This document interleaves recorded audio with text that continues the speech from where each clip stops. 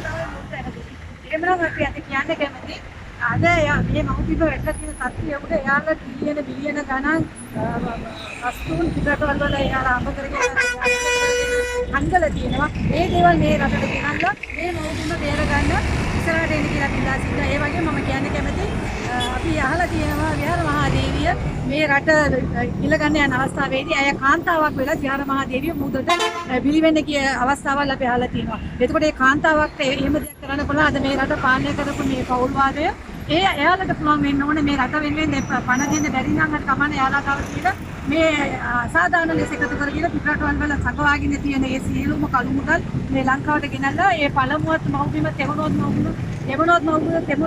මව්බිම කියපු ඒ රාජපක්ෂ මවුනට මම කියන්නේ ඔබලා සැබවින්ම මේ මාතෘකාවට ආදරය කරනවා නම් සැබවින්ම ඔබලා කියපු දේවල් ඇත්තම මේ සියලුම දේවල් මේ රටට ගෙනල්ලා මේ අහිංසක මිනිසුන්ගේ දේවල් කොලකාපුවා මේ රටටම ගෙනලා දීලා පිනක් හම්බ කරගන්න කියලා අපි කියන්නේ. ඒ වගේම මට එක දෙයක් කියන්න කැමති මේ මුළු 225ම පාර්ලිමේන්තුව ඇතුළේ ඉන්න 225ම දන්නවා මේ පාස්කු ප්‍රහාරය කවුද සිද්ධ කරේ කියන එක. නමුත් අද වෙනතුරු ඔවුනේ නම් එලි කරන්නේ නැතුව ඉන්නේ. ඔවුන්ගේ මේ කූට පාලනය ගෙන යන්නට අවශ්‍ය නිසා ඒ දේ හංගගෙන මේ රටේ මිනිස්සුන්ව ගුණාට අන්දවමින් මේ පාස්කු ප්‍රහාරය වහගෙන ඒක දැනගෙනත් අපි කියනවා කියන අද අපි දැක්ක මෛත්‍රීපාල සිරිසේන මහත්තයා කියනවා ඒ කියන්නද කියලා තමයි අහන්නේ. ඒ වගේම හරිය ප්‍රනාන්දු මහත්තයා කියනවා ඇයි අපි කියන්නද කියලා. නමුත් අද වෙනතුරු කිසිම කෙනෙක්ගේ කටින් මේ පාස්කු ප්‍රහාරය කවුද කරේ කියන එක අද වෙනතුරු එලි කරන්නේ නැහැ. අපි අහන්න කැමති ගෝඨාභය රාජපක්ෂගෙන් මේක ඔබ දන්නවා නම් ඇයි හෙලි නොකරන්නේ?